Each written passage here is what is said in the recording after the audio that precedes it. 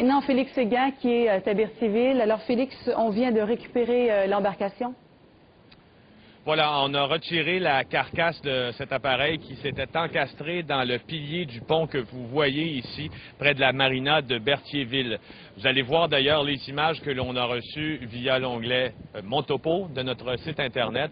Alors, vous voyez cette embarcation moteur qui a été retirée et là, elle a été transférée dans un garage de l'endroit, ici de Berthierville, d'abord pour fin d'expertise qui seront menées en début de semaine par la Sûreté du Québec. Pour ce qui est maintenant des blessés, il y en a 4. Une bonne nouvelle à vous annoncer, les blessés sont dans un état stable. La SQ poursuit son enquête afin de savoir ce qui s'est exactement passé. Parce qu'on va retourner sur ces images en direct, il faut bien vous le montrer. Là, on a 2 bateaux qui circulent, semble-t-il, selon des témoins, côte à côte et vont passer sous les piliers de ce pont. Pour une raison que la Sûreté du Québec ignore encore, un des bateaux va s'encastrer dans un des piliers. Alors, que s'est-il passé? On peut penser, déjà, l'hypothèse est retenue d'ailleurs, que la vague d'un de ces bateaux, qui était ce qu'on appelle un speedboat, a propulsé l'autre vers le pilier. Et vous, Félix, vous revenez d'une balade sur le plan d'eau à haute vitesse. Alors, vous comprenez mieux comment un tel accident a pu se passer? Bien, c'est-à-dire qu'on a emprunté avec le propriétaire d'un speedboat le même passage, sous le pont, là, en fait.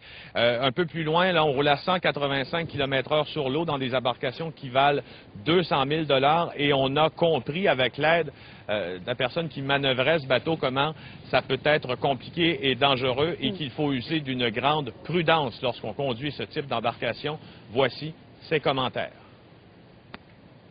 Au pont, on arrive au pont où l'accident est arrivé.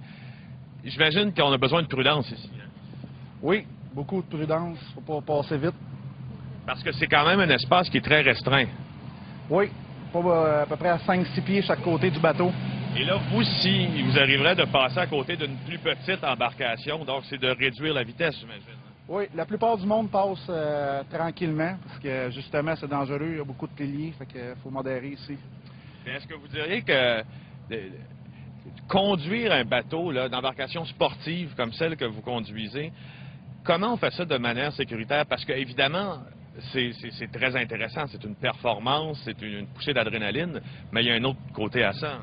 Oui, il faut toujours chauffer pour les autres, il faut regarder tout le temps en avant puis voir s'il y a d'autres bateaux qui s'en viennent, il faut toujours chauffer pour les autres, dans le fond.